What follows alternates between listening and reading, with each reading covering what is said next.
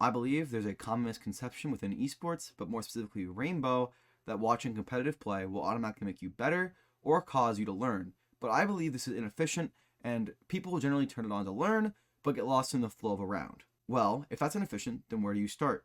I think it's a simple answer, but one that you definitely need to think about. First of all, think about your role in a given round of Rainbow Six Siege. Generally, the one thing you can always learn from is positioning or in-game IQ, which is always applicable to all roles. But if you're an IGL, then your focus should primarily be on what your given round should look like and how IGLs and teams react to problems and position their team to act off of it. Overall, I consider watching Pro League for defensive strategy relatively inefficient, as every roster is different, and more than anything else, a default hold is always a default hold, no matter which players play it, so the most you can get from it is position generally. Positioning is very broad, so what do I actually mean? Well, there are a few things to look at. Obviously, there are gunfights that you won't learn a whole lot from because many times they just use their mechanical skill at that level to win. And I think if you're trying to practice pro mechanics constantly, it's a very bad habit to get into, and it creates more imprecision. Yes, kids in rank 2 pretend to be viewers. This is about you. Stop. Please. So where is Pro League positioning actually applicable? Well, I'll start with the defense, as that's what I've already talked about a little bit.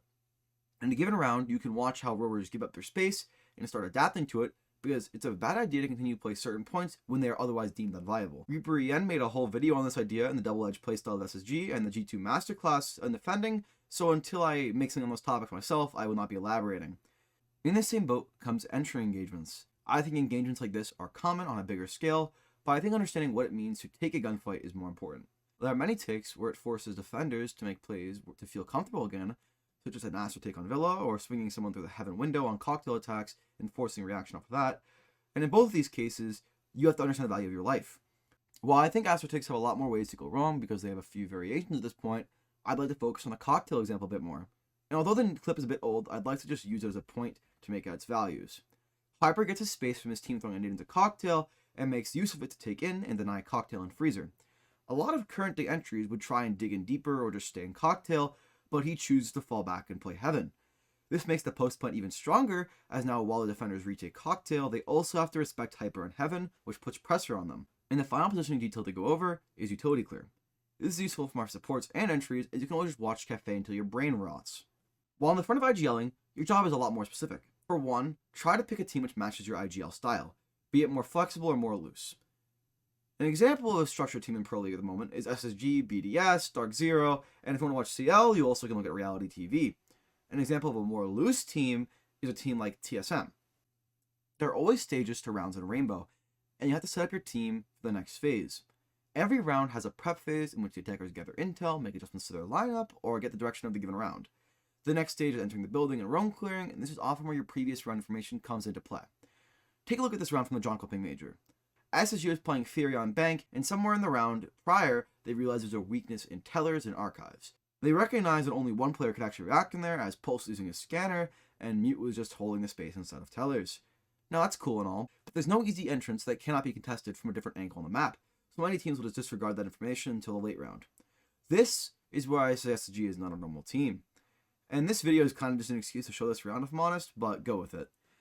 SSG, despite being very structured, adapts and uses Amaru to get a foothold and square immediately. They then pair the Amaru with Knock bypassing a bulletproof camo for reception, and Lion gone 6 in the door. The defense is now forced to acknowledge their presence and typically retreat off the top floor to deal with them, as they will have no vert to deal with it besides maybe the janitor hatch. You might be thinking to yourself, wouldn't it be easy for Maestro Kitchen or someone blue to deal with the Blackside Archives pressure so Pulse and Mute can continue scanning? Well, on a center round, yes, but this next part is what makes a team like SSG unique. Buck goes E-Box to hold Kitchen, and Dokkaebi is below to deny any pressure from there. Now, while that's just one example I find really cool, that type of example can be seen throughout many teams and they roam clear differently, but what's important is the methodology of how the team you decide to watch does it, and what you need to have your players be cognizant of if you wish to do something similar in a round.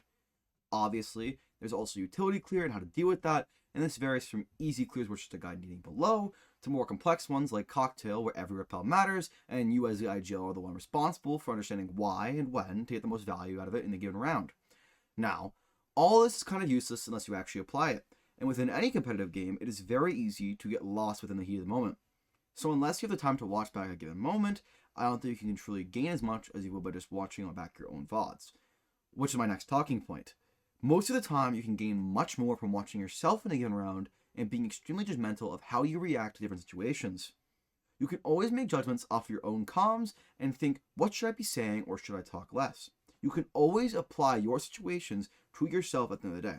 While many Pro League examples can be loose because of the meta of siege they are playing in, IGLs can benefit from watching Pro League more so long as they understand what they are looking for in a given round. Well, despite the rambling, that is the end of the video.